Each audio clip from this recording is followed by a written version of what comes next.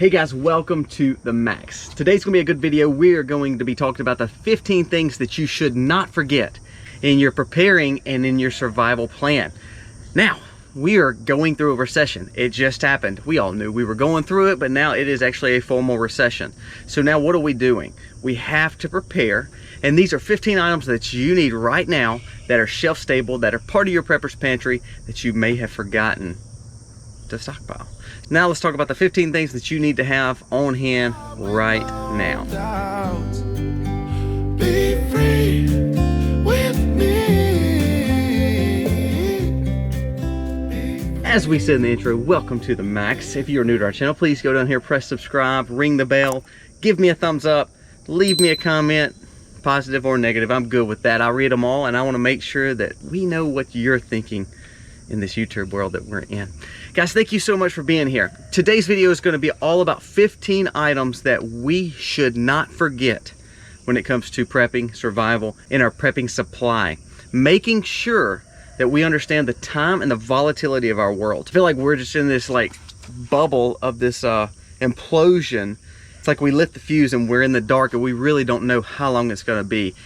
We see a recession here. We're worried about the fall of our dollar, worried about things that we need to stockpile for bartering.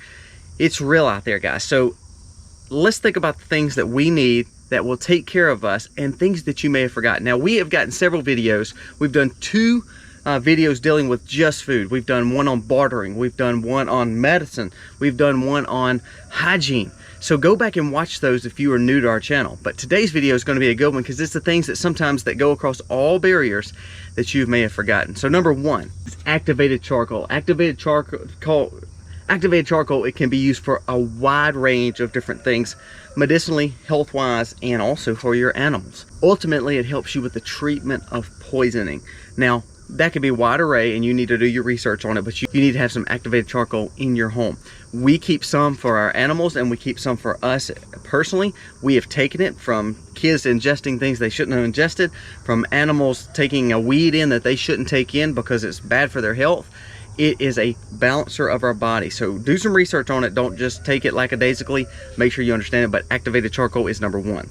Number two is aluminum foil. Aluminum foil can be used for so much. I don't technically love foil. It's kind of like plastic. It's a love-hate relationship, but aluminum foil can be used for so many different ways. I think about grilling. I think about putting them in the stove. I think about cooking outside. I think about keeping something covered. So many different uses for something that sometimes we don't stockpile because it's just not something we think about.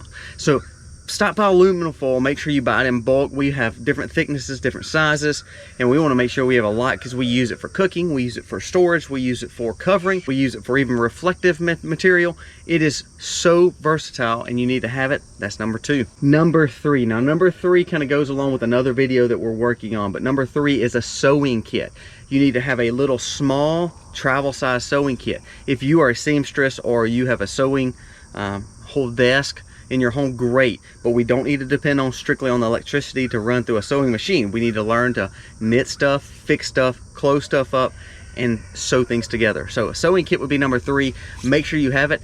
I'm not a good sewer, but my wife is. But if I can at least get two things together and make sure that they are weaved together and put together back, if it's socks, clothes, jeans, whatever it may be, because you want to make sure that you are taking care and mending clothes. It will definitely help you in a bug out situation because it will you'll be able to kind of close up, mend up as you're in the wilderness. Secondly, you need to understand that it is valuable to you because you are now trying to conserve money, save money, and by mending clothes, it makes you more thankful for what you've gotten. Humbles you a little bit because you know you can't just go buy new jeans every time you tear them. It's a great thing to put in perspective. Number three would be a sewing kit. Number four is a doozy. We talk about this also on the bug out video, but number four is animal or insect bug spray. Any kind of repellent or bug spray that you are deemed necessary. I don't live where bears are at, but if you have a bear situation, you need to have some bear spray. If you live like us, when we live in the hot, humid South, mosquitoes are terrible, which carry tons of diseases. The last thing you need is some situation where you're getting mosquitoes all over you and getting bit all the time. Also make sure that you have everything you're needing, such as how to treat those things. If you're using tobacco to treat stings, great. If you are anaphylactic and you need an EpiPen, make sure you have an EpiPen available for you.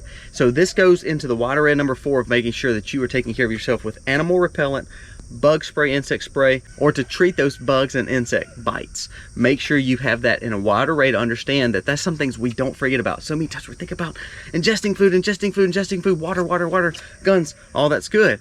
But the simplest of mosquitoes can put you very, very sick and very, very ill. So make sure you are putting up good things to take care of your health, along with even an EpiPen for those bee stings. Number 5 is a good one we have at our home. We just put it up actually, is a clothesline. Having a traditional clothesline with clothespins. If we're in a situation where energy prices have skyrocketed, which we're there. I mean, say for instance, energy is not even available. We need to have a way to dry our clothes or hang something on the line. It's an old traditional thing that I helped my grandma do all the time. Go back to it because it will conserve money, save electricity, and ultimately don't cost anything but a little time, and it'll bring back nostalgia, history that you had when you were a kid. Number 6 is what we call forever pots.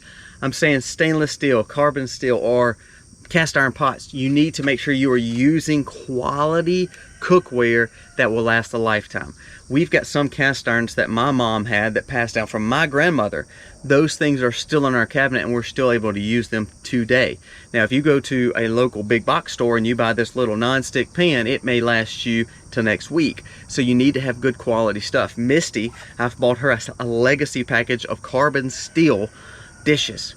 Now that stuff was not cheap, but it should last forever. So make sure you have forever dishes, forever pots that you can cook with, that you can cook inside with, that you can put on a fire with, or that you can cook on a campsite out in the woods. Make sure that you have forever pots you're able to use. Stainless steel being the lighter version of that, carbon steel being mid-range, and then cast iron being the heaviest. So if you're bugging out, I would definitely stick to the stainless steel and the carbon steel. If you are in your home and you're dealing with fire all the time, cast iron's where it's at.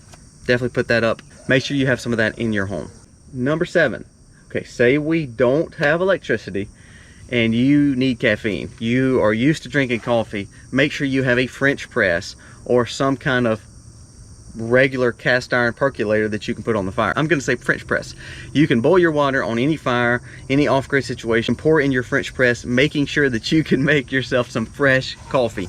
I want coffee. I enjoy coffee. It's not an end-all be-all, but it sure is good, and it's a relaxing therapy. Sometimes when we're stressed, just having those little things, those little crutches to make us say, you know, let's just sit down for a second and breathe.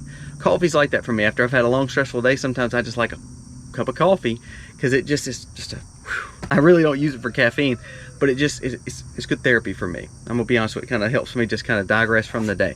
So make sure you have a French press if you are a coffee drinker. If you want the old school way and you want a cast iron percolator and you can put it on the fire, so be it. I think the French press is better because you're ultimately always going to be boiling water in those forever pots, and you can pour right over in your French press and boom, there you go, you've got coffee. Number 8 is huge. We don't think about this. I actually don't even think about it sometimes unless I come across mine, is a fire extinguisher.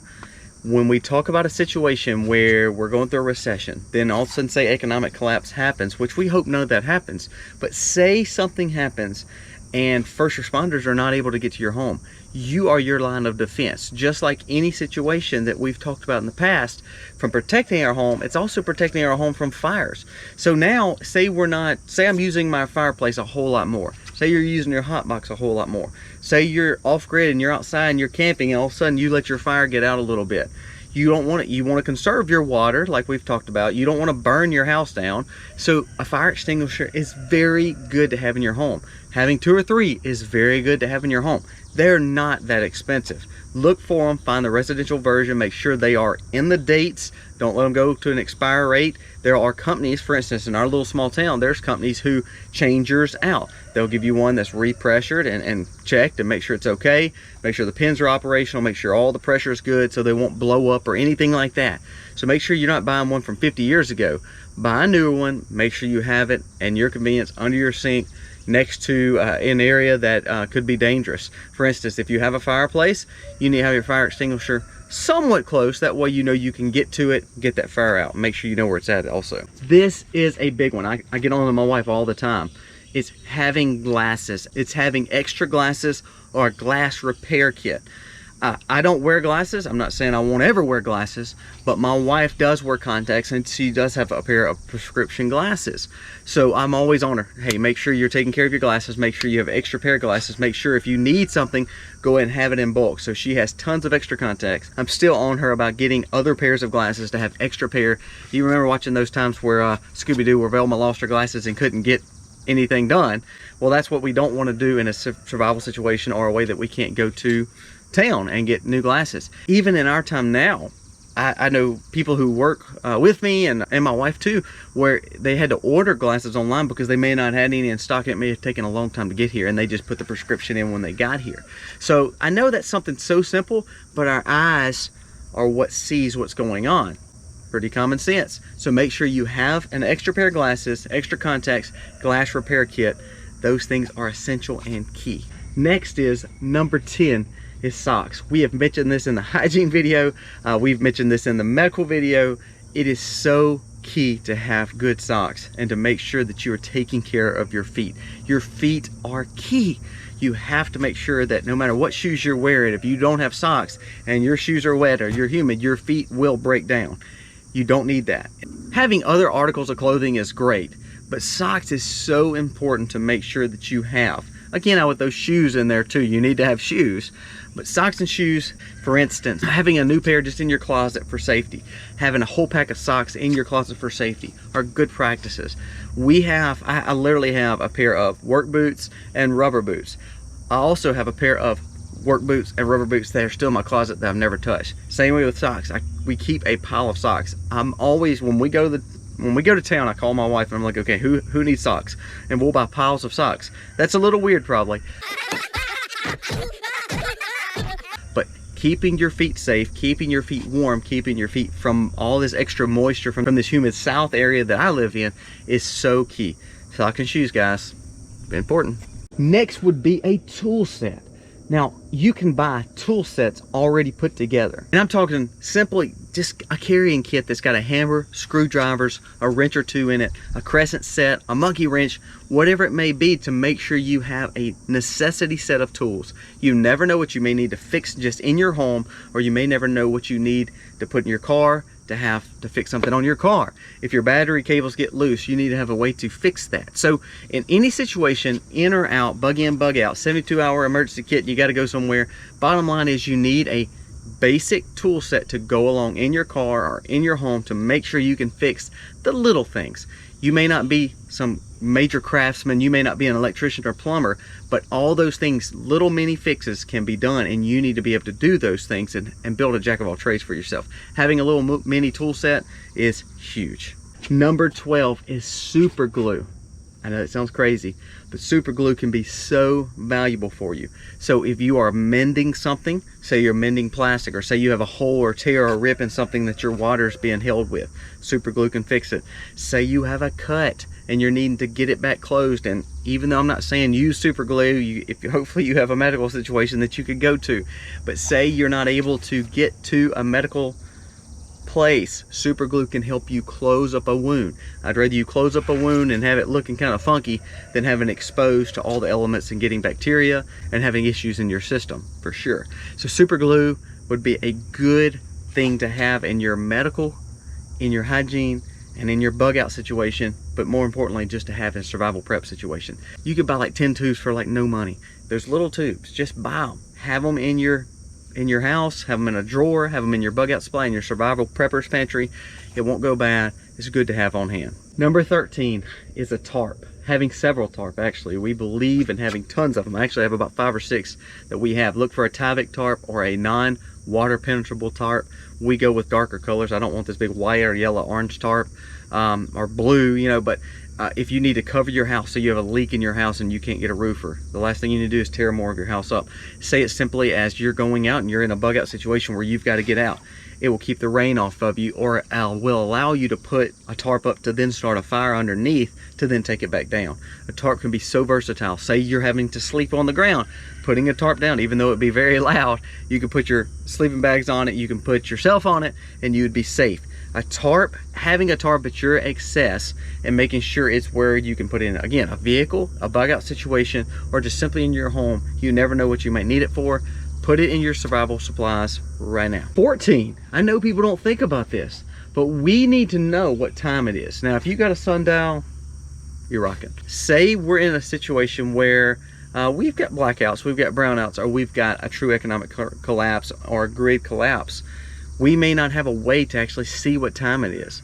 We have to understand that losing track of days and time can really make us delusional.